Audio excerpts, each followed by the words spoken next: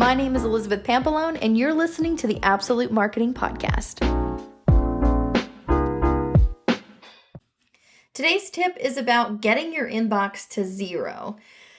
Not realistic for all of us, let's just be honest. I used to try and do this, and I would get really upset if I couldn't, and I might be down to 20 emails or 10 emails in my inbox. I know some of you are already jealous. But in recent months, I've actually discovered that that doesn't really work for me, and some things end up falling through the cracks. So what I've done is I've started using a product called Drag, and it allows me to create a Trello board within my email system through Gmail. I use Google Suite, which is the business version of Gmail, and it allows me to create this Trello board effect where I can actually put in a follow-up column, an events column, a creation column. And I'll just kind of walk through these with you a little bit, and you can kind of see if this might work like for something that you're doing right now. It makes all of your emails individual cards. So just like with Trello, if you guys have ever used that, it's like a notes app. It kind of gives you this to-do list, and you can put dates and things on it. This is very similar to that. It ends up creating a card for every single email that you get. You can always switch back to regular G Suite as well if you want to, but this allows you to see it in card view. So as an email comes in, it becomes a card. So for example, I just ordered something from the Apple Store. It became a card. I can now drag that email over to my orders column that I've created and leave it there. And maybe I might want to put a date on it and say, if I don't hear anything, and maybe they say it'll ship to me by June 4th. If I don't hear anything from this, or I don't get this product by June 4th, I'm going to put this date on here so that it kind of flags me and tells me, hey, did you check on this email? Once I receive the products, if it's before the 4th of June, I can then go ahead and just archive the order receipt that I got, because I don't actually put things in folders anymore. And this was a huge breakthrough for me a while back. I think I did a podcast or two about it. Is not putting things in folders, just archiving them. Because if I want to go back and look for the thing from the Apple Store, I'm just going to type in Apple in my search bar, and it's going to find every time that I've ever had an email from Apple Store. So this is a really easy way to get rid of emails that are unwanted after they've already been used. I also order a lot of things from things like Kickstarter and Indiegogo, and those take forever, but they do send you updates. So the way that I do that is I also put those in my orders column. But when I get a new update for a product, let's say update number 17 comes in, and I had update number 16 in my orders column, I just swap them out. I archive number 16 and I put number 17 in its place.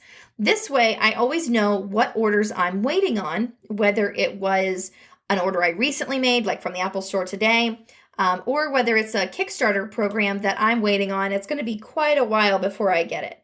I also put some quotes over there for, personal things, or quotes for things that are kind of down the road in terms of the business. And then I have a follow-up column, which is dated, actually. I date every single email in that column with the date that I'm going to potentially follow up with them. Maybe they said, hey, talk to me in a week or talk to me in a month. I now have those dates on there. That way, I'm not bugging the person, but I also can sit down on that date and say, oh, May 10th, there's a ton of emails here I can respond to, call the person, follow up on May 10th. And this just gives me some time to leave it aside.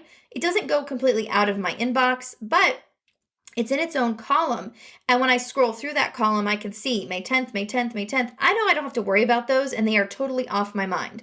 So instead of seeing the number of my inbox being 100, 1,000, whatever that number is, then I'm actually seeing that there's actually 16 items in the follow-up column. That's not a lot.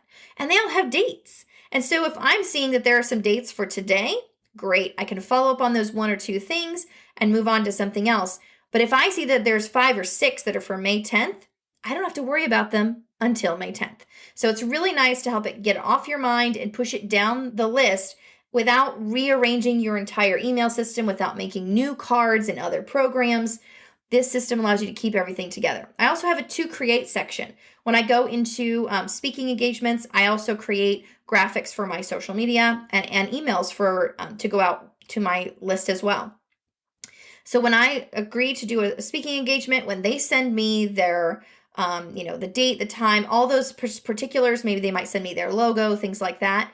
When I get that email, it goes in my to create column. And when I have an hour set aside for my to create, I actually go in there and start creating all of those pieces, because once they're done, they're done. And I will create them immediately. I have some things that aren't for several months, June, August, and September. I'm going to create those emails now and schedule them. I'm going to create those social posts now and schedule them. If for some reason those things get canceled or changed, no big deal. I can always go back into my email system, delete, and we're done. But this way, I can actually get these things off my plate and scheduled and archived before these events, long before these events even happen. So I'm never scrambling to get things done for an event. I also have an events column where maybe somebody sends me a link and says, here's how we're going to do the virtual summit. Here's the link you need to click on to actually, log in, and we're going to be able to see you on video or audio, etc. So I keep those in a special column as well, because I want those at my fingertips. I try to put them in my calendar so that those links are with my calendar, but if I get updates to those things, they also go into that events column, so I can see at a glance, here are the next 5 events that are coming up, and probably the links that I need to click on are right there as well. And then finally, I have my inbox, which is the new column, and all of the new emails come into here. I typically, when I sit down to clean out my emails, right now I have 85 in my inbox, and it's about noon. It's about 1 p.m. today. So we got quite a few in there from the last couple of days. I actually will start at the bottom, and I will start with the bottommost one, which means the oldest email I have. And I will address it as far as I can, whether it goes into a column or I need to reply to it, or maybe I just need to archive it and it's just been sitting there. So I will address it as much as I can, and then I will get it out of that inbox and move it to the correct column or archive it, or even just reply to it and even, archive it at that point as well. So I try to keep as few in there as possible. It never gets quite down to 0. However, I do keep it under 20 in most cases, just because new things are coming in all the time. But having the other columns within the system is really, really great. And I really encourage you to check out our Pro Toolkit. All of the tools that I use on a daily basis are in our Pro Toolkit at getabsolutemarketing.com. And hopefully you'll find some tools in there that'll make your life and your job just a little bit easier. Talk to you next time. Thanks for listening to the Absolute Marketing Podcast. If you'd like to learn more, please visit getabsolutemarketing.com.